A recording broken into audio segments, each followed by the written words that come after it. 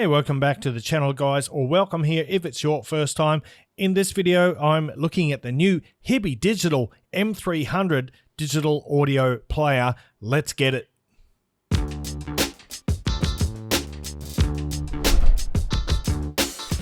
What's cracking, audio fans? It's David here from Prime Audio Reviews. So the HiBy Digital M300, this HiBy Digital is a subsidiary, or it's like a baby brand of the big HiBy.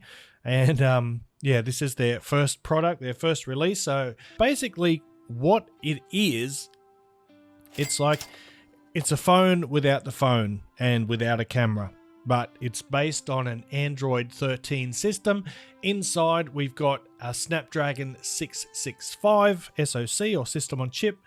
And yeah, that's basically it. Oh, well, in terms of the audio hardware, we're looking at a single Cirrus Logic CS43131 DAC chip. And I'm familiar with that DAC chip already. It's in quite a few dongles, and it's in some other portable digital players as well. So we're going to get into it and tell you all about it and tell you, whether you should get one of these for yourself or not. So we'll start with the exterior of the unit, and that's it there. On the front, we've got this 4-inch display. Now it's a high-res 5-point multi-touch IPS display with a resolution of 1280 by 640. On the top of the unit, you've got dual microphones, because you can use this for like recording interviews or just doing voice recordings. Then on the bottom, we've got a 3.5mm single-ended headphone output, USB Type-C, and the built-in speaker. So on this side, you've got your playback controls. That's the power button there. Volume up and down, play, pause, rewind, fast forward, etc. And then you've got this function button here, and it can be assigned to various different functions. At the moment, I've got it to set it to button lock, which is the default. So once that is engaged, these buttons don't do anything if you accidentally press them, but you can set it up to, for instance, do one-touch voice recording and things such as that. So it feels fairly decent in the hands. It feels like a sort of a budget smartphone or a fairly nice little dap in your hand. By the way, the rear panel has got a glass cover on as well. Now, so before I fire this baby up, let's talk about some of the features. So I've already mentioned you can do voice recordings. It does have a built-in speaker. It's running Android 13. It's got Wi-Fi, and it's got dual band Wi-Fi, and it's got Bluetooth 5.0. In addition to that, it also has a built-in FM radio, which is pretty interesting. Alright, so let's have a look at the screen now, the display, and there it is. There is your lock screen.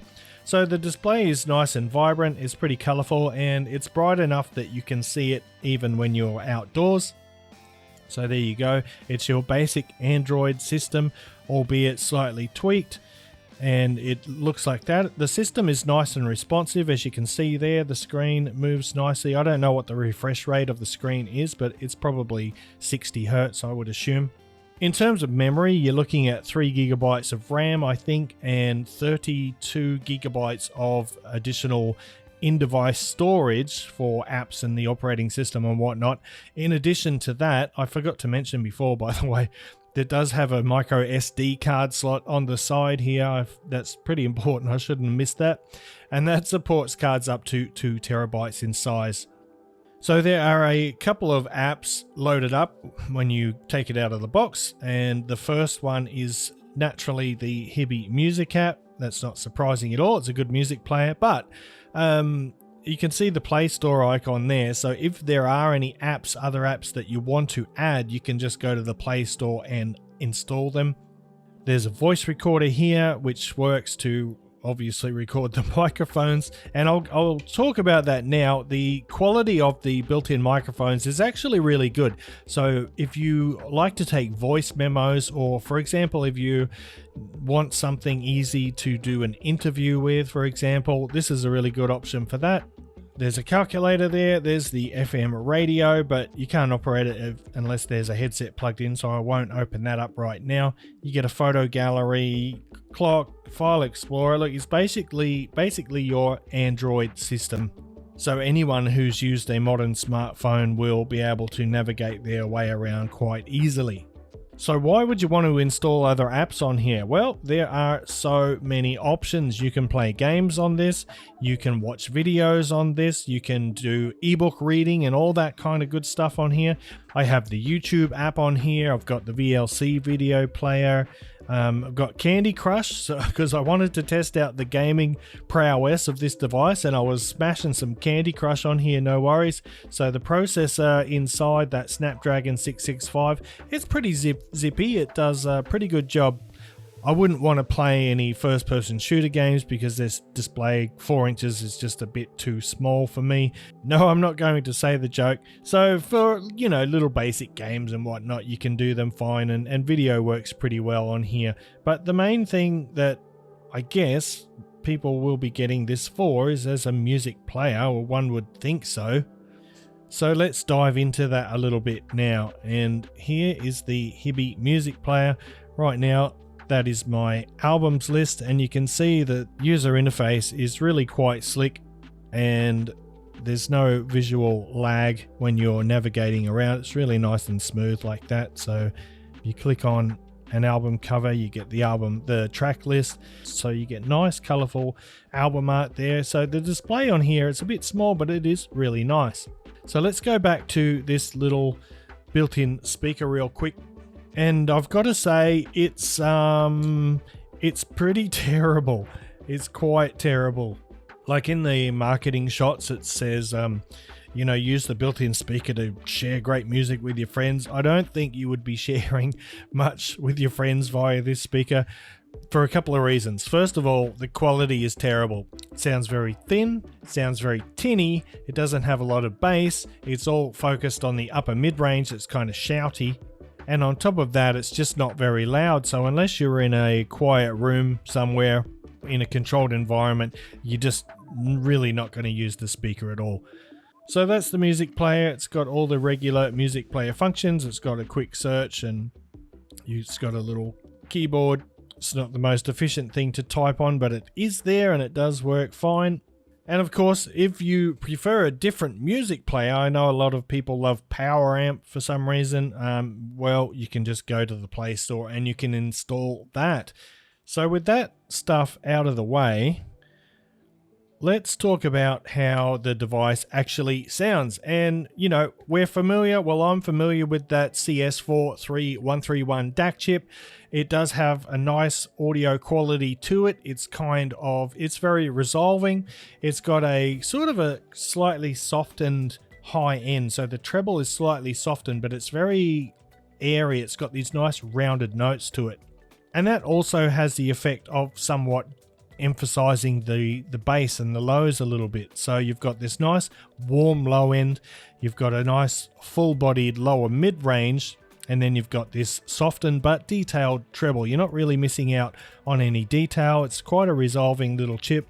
So who is this device actually for? And this is the other area of contention that I have with this device. Like, who's actually going to want to buy and use this thing? It is kind of in between a smartphone and a DAP, but the sad thing is it doesn't quite hit the heights of either of those.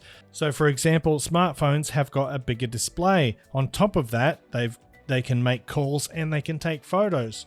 Now on the DAP side of the equation, most DAPs have got more output power. Most modern DAPs have also got a balanced headphone output.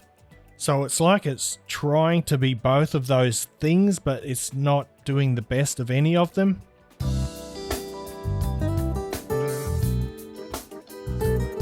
So in conclusion, let me kind of try and wrap this up a little bit.